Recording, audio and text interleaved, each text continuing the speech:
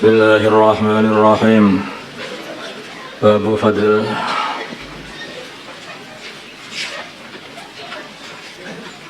Al-Aiki. Babu Fadl Al-Aiki di sini menerangkan keutamaannya membebaskan budak. Allah berfirman Allah Ta'ala walau taqama, maka dia tidak akan masuk al-aqabata, mengarungi perkara yang sulit atau melakukan perkara yang sulit. Wama dan apakah wama adraka mal aqabah, dan tahukah kamu apakah itu perkara yang sulit? Fakku raqabah itu adalah membebaskan budak. Wan Abi Hurairah, dari Abi Hurairah radhiyallahu ta'ala, qala berkata Abu Hurairah, qala bersabda kepada aku Rasulullah sallallahu alaihi wasallam, man barang siapa ataka yang membebaskan raqabatan budak muslimatan yang muslim, ataka maka Allah akan membebaskan Allah bikulli udwin, dengan setiap anggota badan, minhu dari anggota badan budak itu, udwan anggota badan, minhu dari orang yang memerdekakannya, memerdekakan minan nari dari neraka, atau farjahu, sehingga Allah akan membebaskan farjinya orang yang membebaskan budak tadi, bifarjihi sebab membebaskan farjinya budak, muttafaqun alaih. Ini fadilah hebat budak itu, karena orang itu membebaskan seorang orang dari perbudakan, artinya membebaskan seluruh tubuhnya, memerdekakan seluruh tubuhnya, matanya, telinganya, mulutnya, kepalanya, leher, tangan, kaki, seluruh sampai farji telah dibebaskan dari semua perbudakan. Maka gantinya oleh Allah, matanya, telinganya, kepalanya, tangan, kaki, badan, dan farjinya pun juga dibebaskan Allah dari api neraka. Muttafaqun alaih. Wa Nabi Dzarrin, dapat dikatakan ini itu adalah al-aqabah, yaitu perkara yang sulit orang itu. Maksudnya berat hati untuk bisa mau melepaskan budaknya. Jangan budak yang paling bagus, yang paling banyak pahalanya untuk dimerdekakan adalah yang paling mahal.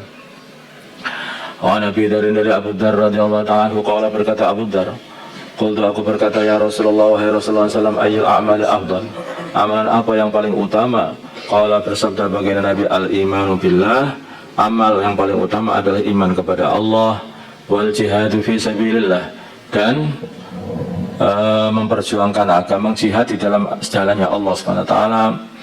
Qala berkata Abu Dzar, qultu aku berkata kepada Nabi, ayyur riqabi afdal, budak yang mana yang paling utama untuk dimerdekakan? Qala bersabda baginda Nabi, angfasuha, budak yang paling utama untuk dimerdekakan adalah yang paling bernilai inda ahliha, di sisi yang punya, wa angsaruha, dan yang paling banyaknya budak sama dengan harganya, muttafaqun alaih, yang paling mahal.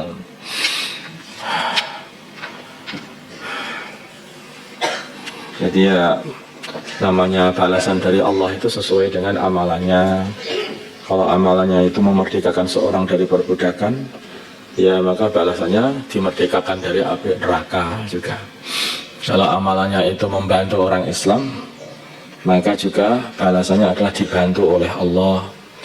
Allah fi aunil abdi ma kana al-abdu fi auni akhi. Jadi semua amalan-amalan kita kepada orang sekitar kita, kepada para pembantu, kepada orang Islam, yang lain, semuanya juga akan dibalas oleh Allah. Kita baik sama orang Islam, maka Allah baik sama kita. Kita cintai orang-orang Islam, saudara-saudara Islam kita, maka kita akan dicintai oleh Allah. Kalau kita ini membenci orang Islam, juga akan dibenci oleh Allah. Kalau kita ini memaki-maki orang Islam, maka sudah tidak dipandang lagi oleh Allah dengan pandangan sayang. Allah benci kepada kita. Wa idza tasabat ummati saqatat min ainillah. Jadi begitu, semakin benci ya. Kalau kita pengen disayang oleh Allah, sayangilah orang-orang yang disayangi Allah. Sayangilah orang-orang Islam, cintailah orang-orang Islam. Begitu caranya. Kalau kita ini pengen diiman oleh Allah, dijaga oleh Allah, jagalah orang Islam, jagalah agama Islam, perjuangan Islam.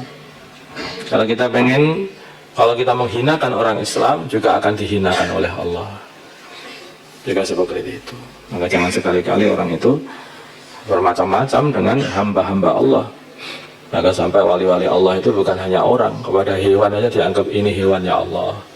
Kalau aku menyakiti, aku bisa disakiti Allah. Kalau aku menyayangi, aku akan disayangi Allah. Nah begitu. Hakikatnya kan juga begitu, semuanya hambanya Allah. Makanya sampai orang kafir pun juga begitu, itu hakikatnya juga hamba Allah. Orang-orang kafir pun. Nah ketika Sayyidina Ali itu berperang, kemudian musuhnya sudah kalah, tinggal satu tebasan saja sudah habis, mati. Maka musuh ini malah meludahi Sayyidina Ali. Begitu diludahi, maka Sayyidina Ali nggak jadi membunuhnya. Maka ditanyakan, musuhnya malah bertanya, kenapa kamu nggak jadi membunuhku? Awalnya jadi aku merangi kamu karena Allah. Yang ini aku merangi kamu karena nafsuku, katanya. Pengen tak bunuh tapi karena nafsuku, karena kamu meludahi aku marah. Kalau yang awal itu aku karena Allah. Jadi begitu. Artinya orang itu dalam peperang aja itu membunuh musuh itu pun kalau nggak diperintah oleh Allah ya nggak boleh gitu. Nggak boleh, padahal itu orang kafir, tidak sembarangan juga. Kalau nggak diperintah Allah nggak boleh. Bahkan untuk menyembelih korban saja itu, maka hendaknya juga menyembelih dengan baik juga. Pisaunya ditajamkan, ya, tidak boleh disembelih di depan temannya, teman kambingnya misalnya. Nah, kalau seperti itu. Jadi ada adab-adabnya dalam Islam itu. Islam ini agama yang penuh dengan kasih sayang, tapi bukan berarti itu mengharamkan perkara yang dihalalkan. Memang hewan-hewan ini diciptakan oleh Allah untuk dimakan manusia, gitu loh. Untuk dimakan manusia, bukan berarti kok terus mengharamkan perkara yang dihalalkan Allah. Seperti sebagian orang itu malah tidak mau makan hewan karena dianggap haram. Sebagian orang Hindu katanya seperti itu. Ya, itu juga nggak benar juga. Ya halal, tapi bukan berarti semua orang suruh makan daging juga enggak. Itu pun kalaupun menyembelih harus dengan adab. Tidak seperti orang Tibet itu, disiksa habis-habisan hewan itu sampai beribu-ribu kerbau dibunuh yang seperti itu. Itu namanya tidak beradab, tidak punya aturan. Itu padahal itu kerbau-kerbau itu punya Gusti Allah, punya siapa emangnya? Itu punya Allah. Maka harus dengan adab-adab, dengan cara-cara, dengan sopan santun juga, walaupun itu dengan hewan.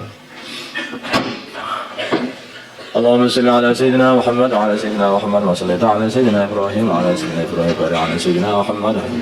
Allahumma arham wa sayyidina Muhammad, Allahumma baligh wa sayyidina Muhammad, Allahumma aslih wa sayyidina Muhammad, alif baina qulubihim wa sayyidina Muhammad.